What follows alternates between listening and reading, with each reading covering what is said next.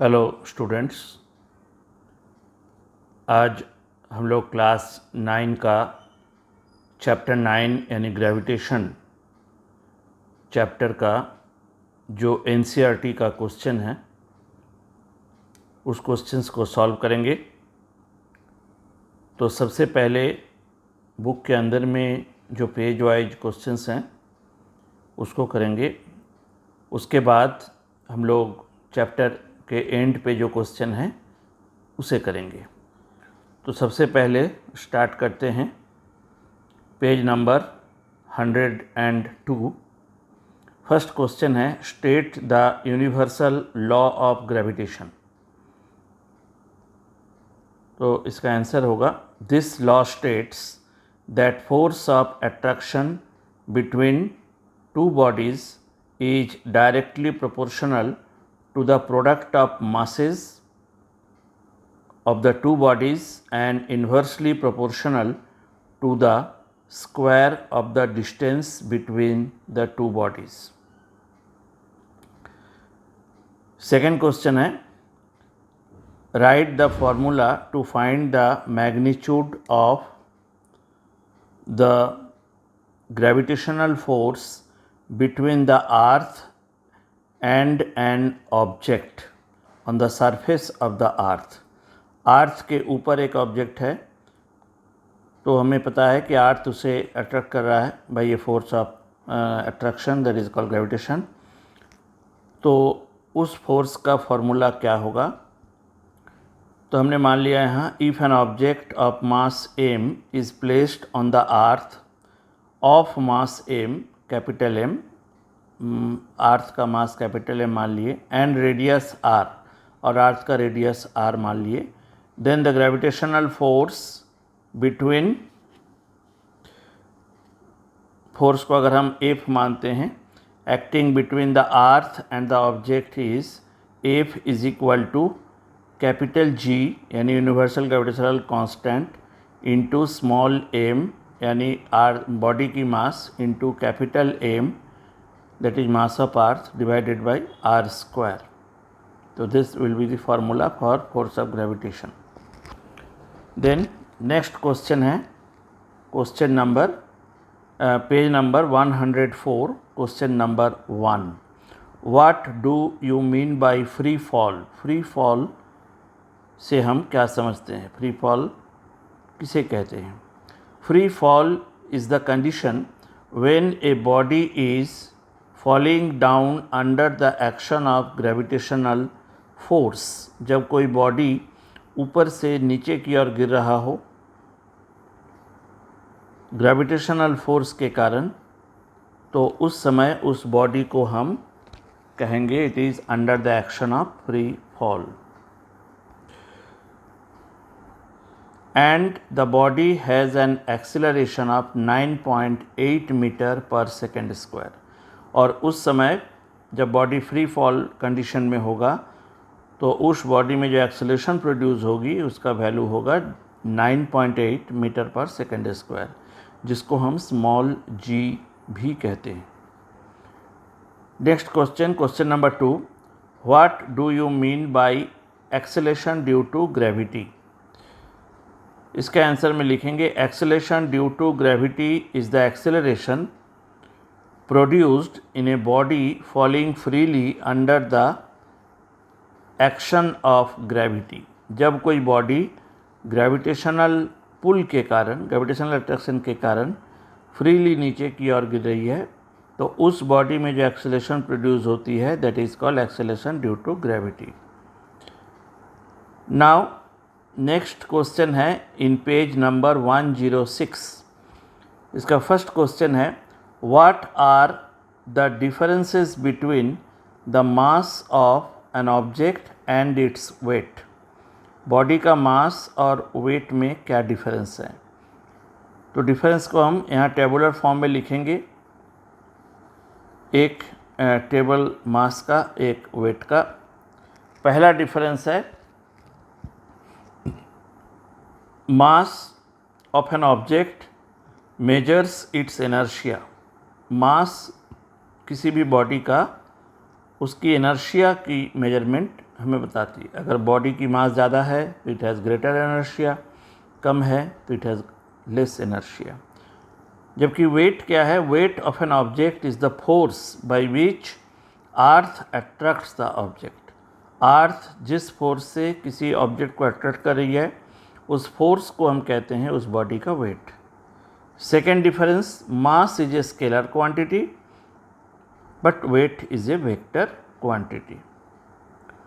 Third, mass of a body never changes. Body की mass कभी change नहीं होती है, चाहे बॉडी को हम कहीं पर भी ले जाए। Whereas weight of a body may change from place to place, लेकिन बॉडी की वेट चेंज होती है, जगह जगह पर इसकी वेट की वैल्यू अलग अलग आ सकता है। Fourth difference, mass is measured by A pan balance. Mass body का हम कैसे मेजर करते हैं? तो एक पैन बैलेंस, यानी जिसे तराजू कहते हैं हम नॉर्मल भाषा में, तो उससे हम बॉडी की मास को मेजर करते हैं। Whereas weight is measured by a spring balance, लेकिन वेट को मेजर करते हैं हम स्प्रिंग बैलेंस के द्वारा। इस तरह से 4 डिफरेंस हम दे सकते हैं। Next question, question number 2, why is the weight of an object on the moon 1/6 its weight on the earth. Earth पे जितनी वेट है, उस बॉडी को मून पे ले जाने पर उसका वेट घटकर 1/6 हो जाती है। क्या रीज़न है? The weight of an object is given by the product of mass of the body and acceleration due to gravity. Body का जब हम वेट निकालते हैं तो वेट इज इक्वल टू होती है बॉडी की mass into acceleration due to gravity, यानी स्मॉल g। यानी वेट का फॉर्मूला होता है W is equal to m into g. As the value of g reduces to 1/6 to the value of g on earth. g की value, small g की value earth पे जितनी है उसका 1/6 हो जाती है मून पर। Hence the weight of an object at moon becomes 1/6 to the weight of the object on the earth. इसलिए अर्थ पर जितना बॉडी का वेट है, मून पर g की वैल्यू 1/6 हो जाने के कारण उसका वेट का वैल्यू भी 1/6 हो जाती घटकर। नेक्स्ट क्वेश्चन, पेज नंबर 109 पर, why is it difficult to hold a school bag having a strap made of a thin and strong string. एक पतली सी लेकिन एक मजबूत स्ट्रिंग से अगर हम एक बैग को कंधे पर हैंग करते हैं तो वो डिफ़िकल्ट होती है कैरी करना। As the thin strip has very less area of contact with the shoulder, hence the pressure on the shoulder increases, hence it is difficult to carry the bag with a thin strip। ये हम लोग 8 में भी पढ़े थे कि area of contact पर depend करती है प्रेशर। एरिया ऑफ कॉन्टैक्ट जितना कम होगा, प्रेशर की वैल्यू उतनी अधिक होगी। तो जब हम एक स्ट्रिंग से बैग को हैंग करते हैं शोल्डर पर, तो उसकी एरिया ऑफ कॉन्टैक्ट शोल्डर के साथ कम होने के कारण प्रेशर की वैल्यू बढ़ जाती है, इसलिए वो डिफ़िकल्ट है कैरी करना। Second question, what do you mean by buoyancy. Buoyancy किसे कहेंगे? Buoyancy is the property due to which an upward force acts on an object when it is immersed into a fluid। जब किसी fluid, specially liquid की बात हम करते हैं, जिसमें जब हम कोई बॉडी को डुबोते हैं, इमर्स करते हैं, तो हमें अपवर्ड एक फोर्स फील होता है, लगता है हमें कि नीचे से कुछ फोर्स लग रही है उस बॉडी पर जो ऊपर की ओर उसे पुश कर रही है। उस फेनोमेना को हम बॉयंसी कहते हैं।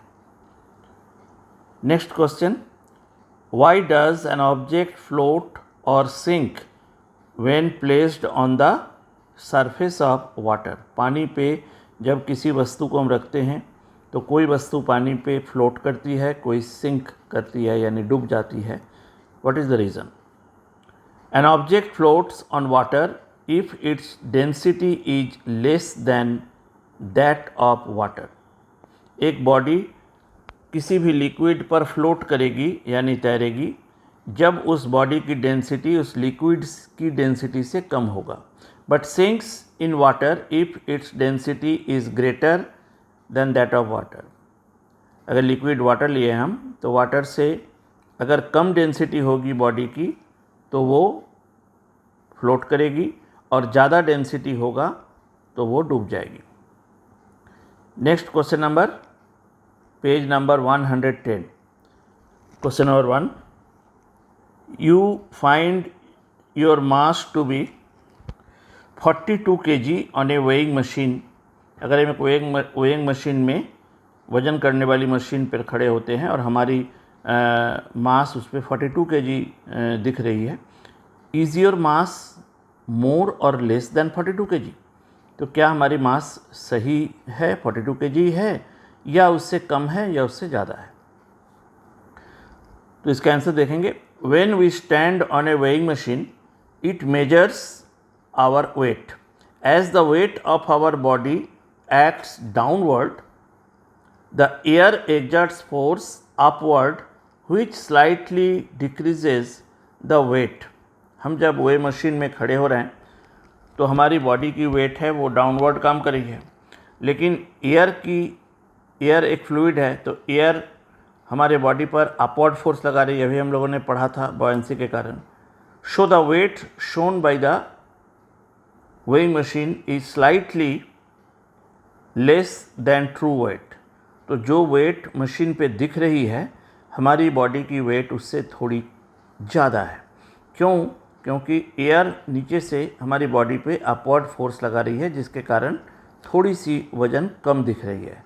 Hence the actual mass of the body is slightly more than 42 kg। इसलिए हमारी बॉडी की मास 42 kg से थोड़ी सी ज़्यादा होगी, जो मशीन में दिख नहीं रहा है क्योंकि नीचे से एयर उस पर हमारी बॉडी पर अपवर्ड फोर्स लगा रही है जिसके कारण हमारी बॉडी का वज़न थोड़ा कम दिख रहा है। अब बॉडी के अंदर बुक के अंदर की जो इंटरनल क्वेश्चंस हैं उसमें से लास्ट क्वेश्चन है ये। You have a bag of cotton and an iron bar, each indicating a mass of 100 kg। एक आयरन का टुकड़ा है और कॉटन है, दोनों की मास अगर 100 kg है, when measured on a weighing machine, weighing machine में जब मेजर की जाती है तो दोनों का मास 100 kg मिल रही है हमें। In reality one is heavier than other. लेकिन हम दोनों को जब 1 by 1 उठाते हैं तो हमें एक ज़्यादा थोड़ी सी ज़्यादा भारी लगती है। कैन यू से व्हिच वन इज़ हेवियर? तो इन दोनों में कौन सा हमें थोड़ा ज़्यादा भारी लगेगा जबकि मास दोनों का 100 kg है, और क्यों लगेगा? अब इसके आंसर को हम लोग पढ़ते हैं और समझते हैं। As density of cotton is less than density of iron.